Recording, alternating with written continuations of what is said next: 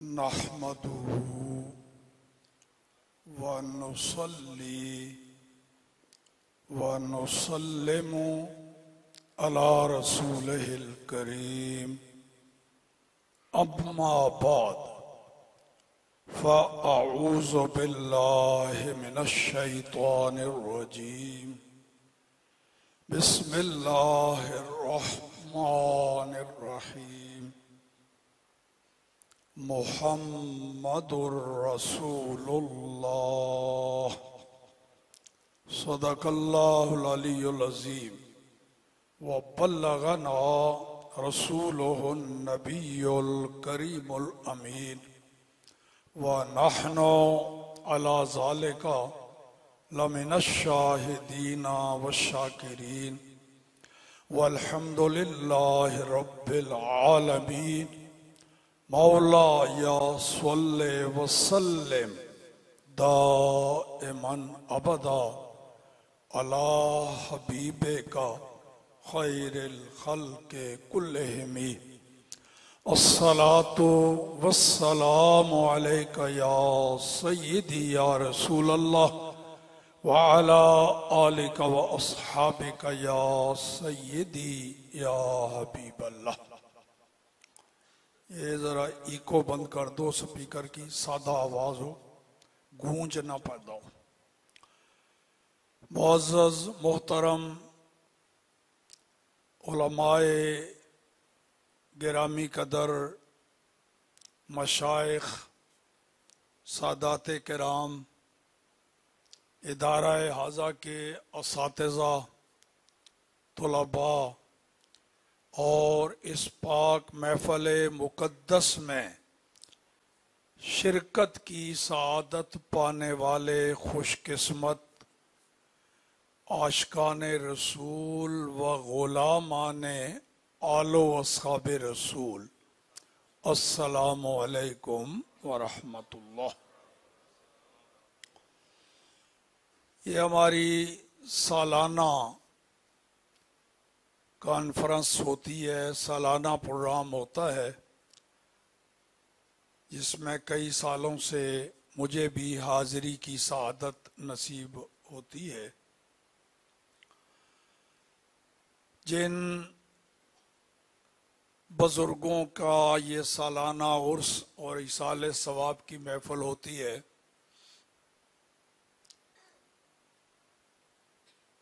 وہ اللہ کے فضل و کرم سے اپنے لیے ایک ایسا سلسلہ جاری فرما گئے ہیں کہ ان کی روح ہمیشہ خوش رہتی ہے. یہ دینی سلسلہ قائم ہے، اپنے بیٹوں کو عالم دین بنا کے تبلیغ دین پر گامزن کر گئے اور ادارے بنا گئے. تو یہ سلسلہ انشاءاللہ العزیز قیامت تک چلتا رہے گا اور اس کا ثواب صاحب عرس کی روح کو مسلسل پہنچ رہا ہے، پہنچتا رہے گا. دیکھیے، دین کو پھیلانا، دین کی تبلیغ اور اشاعت، تین طریقے ہیں اس کو پھیلانے کے. دین کو پھیلانے کے تین طریقے. نمبر ایک، تقریر، جیسے ہمارے خطباء، مقررین خطابت کے ذریعے، تقریروں کے ذریعے دین کو پھیلاتے ہیں. دوسرا طریقہ ہے تدریس، بیٹھ کے سبق پڑھانا، کتابیں، قرآن، حدیث، تفسیر، فقہ، عقائد، کلام، تدریس. یہ بھی ایک طریقہ ہے دین کو پھیلانے کا. اور تیسرا ہے تصنیف، کچھ لکھ کے کتابیں یا رسالے ان کو عام کرنا. تو اس طرح بھی دین کی اشاعت ہوتی ہے. خوش قسمت ہیں دین کو پھیلانے والے، چاہے وہ تقریر کے ذریعے پھیلا رہے ہوں، چاہے وہ تدریس کے ذریعے پھیلا رہے ہوں، اور چاہے وہ تصنیف و تالیف کی صورت میں پھیلا رہے ہوں۔ تو بعض وہ خوش قسمت ہیں جنہیں اللہ نے سلیقہ دیا ہے تقریر کا، مگر تدریس اور تصنیف ان کی لائن نہیں، تو وہ تقریر کے ذریعے دین پھیلا رہے ہیں۔ یہ بھی بڑی عظمت، بڑی سعادت، بڑی فضیلت۔ اور کچھ ایسی بھی ہستیاں ہیں جو مسند تدریس پر بیٹھ کے اپنی زندگی وقف کر دی انہوں نے دین پڑھانے میں، سینکڑوں ہزاروں علماء انہوں نے بنائے پڑھا پڑھا کے۔ یہ بھی ایک اشاعت دین کا ذریعہ، یہ بھی بڑی سعادت۔ اور کچھ ایسے بھی ہیں جنہوں نے قلم کے ذریعے، تصنیف و تالیف کے ذریعے دین کو عام کیا۔ کئی کتابیں ضخیم اور مختصر، کئی رسالے، کئی مضامین لکھے۔ وہ ان کی کتابیں، ان کی تصنیف و تالیف پڑھ کے دین کی اشاعت ہوتی چلی جا رہی ہے۔ لیکن بہت کم ایسے ہوں گے جو بیک وقت ان تینوں طریقوں سے دین پھیلاتے ہیں، تقریر کے ذریعے بھی، تدریس کے ذریعے بھی، اور تصنیف کے ذریعے بھی۔ تو صاحب عرس جن کی بارگاہ میں اور آپ حاضر ہیں اور سالانہ حاضری دیتے ہیں، اللہ نے ان پر اپنے محبوب کے صدقے خاص فضل و کرم فرمایا تھا، وہ ان تینوں طریقوں میں دین کو پھیلاتے رہے۔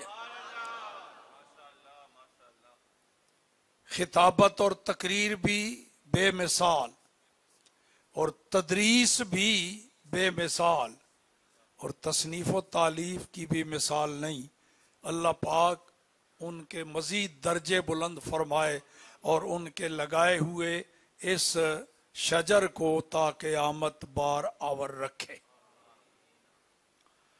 میں نے قرآن پاک کی پوری آیت نہیں پڑھی، بھی خطبے میں صرف ایک جملہ پڑھا ہے، محمد الرسول اللہ۔ یہ قرآن مجید کا جملہ ہے، محمد الرسول اللہ۔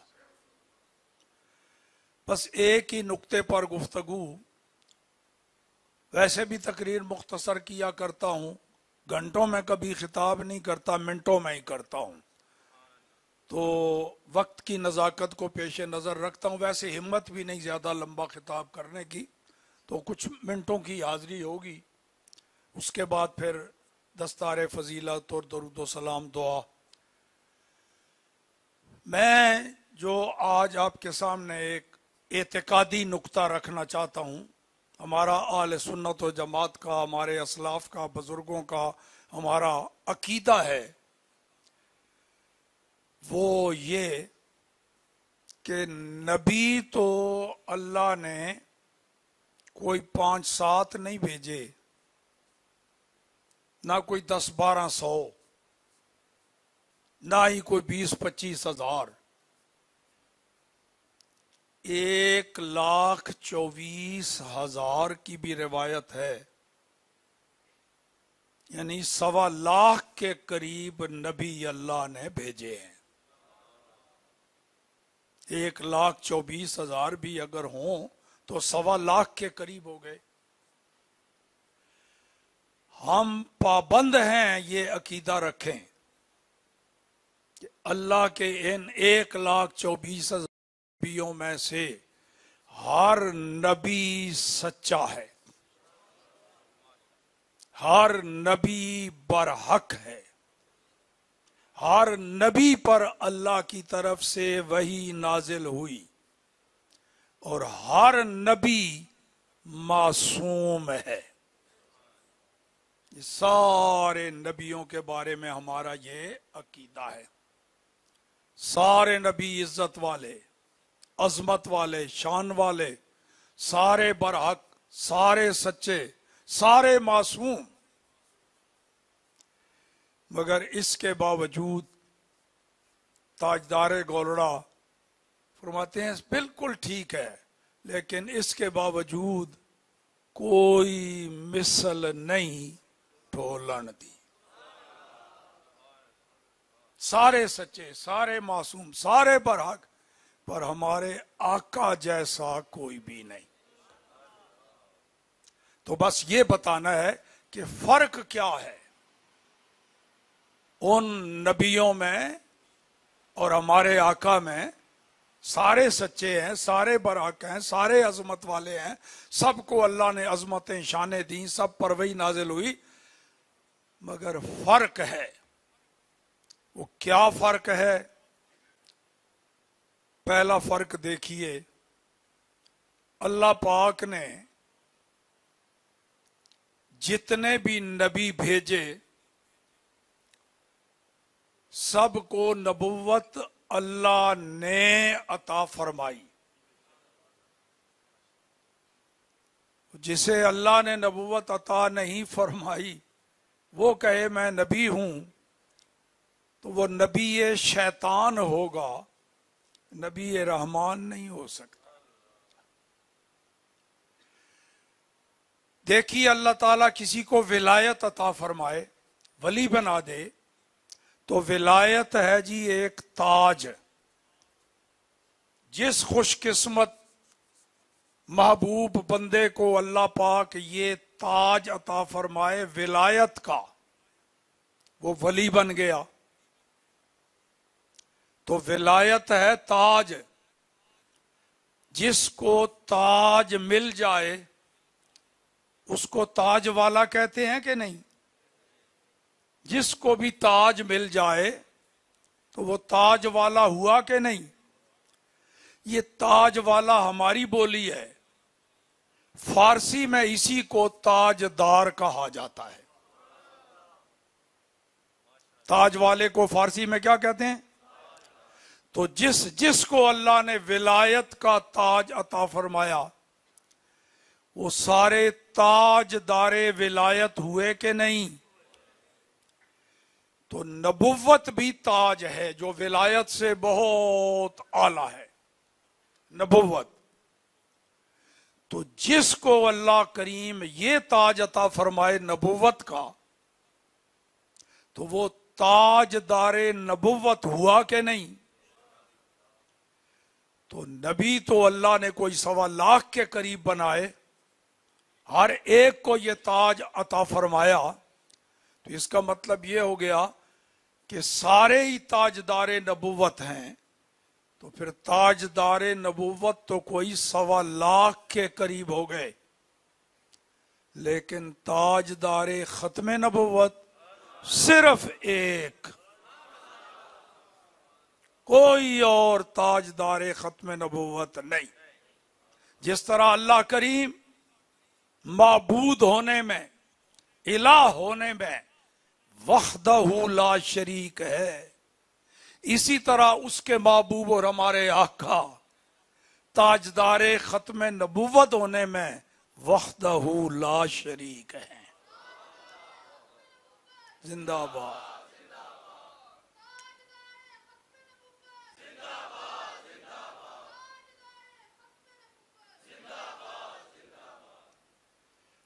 تو یہ فرق ہوا کہ نہیں جی؟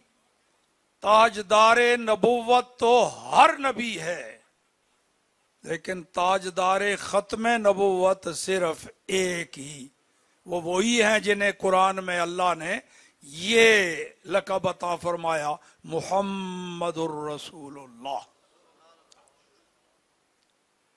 فرق آگے بھی بتاؤں گا، یہ آپ کے نعرہ لگانے نے میرا ذہن کسی اور مسئلے کی طرف متوجہ کر دیا۔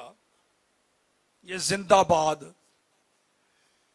ایسے کئی نعرے ہیں جی جن کا جواب زندہ باد میں آتا ہے اور ہم وہ لگاتے رہتے ہیں۔ کئی نعرے لگاتے ہیں جن کے جواب میں زندہ باد کہا جاتا ہے، جیسے پاکستان، قائد اعظم،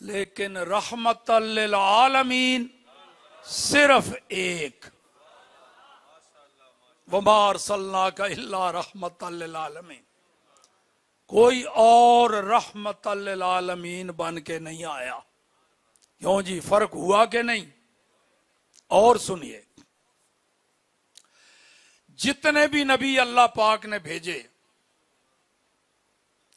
دو شرطیں لگا کے، دو قیدیں لگا کے ہر نبی کو دو شرطوں سے مشروط کر کے بھیجا، دو قیدوں سے مقید کر کے بھیجا۔ ایک شرط اور قید مکانی اور ایک زمانی،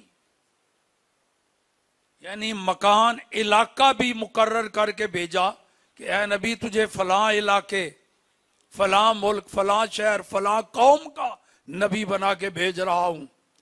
اور زمانی قید یعنی مدت بھی مقرر کر کے 50 سالوں کے لیے بھیج رہا ہوں تجھے، 100 سالوں کے لیے بھیج رہا ہوں، اس کے بعد تجھے بلا لوں گا اور نبی بھیج دوں گا۔ حتیٰ کہ نوح علیہ السلام کو بڑا لمبا عرصہ 950 سال، تو یہ دونوں قیدیں لگا کے اللہ ہر نبی کو بھیجتا رہا۔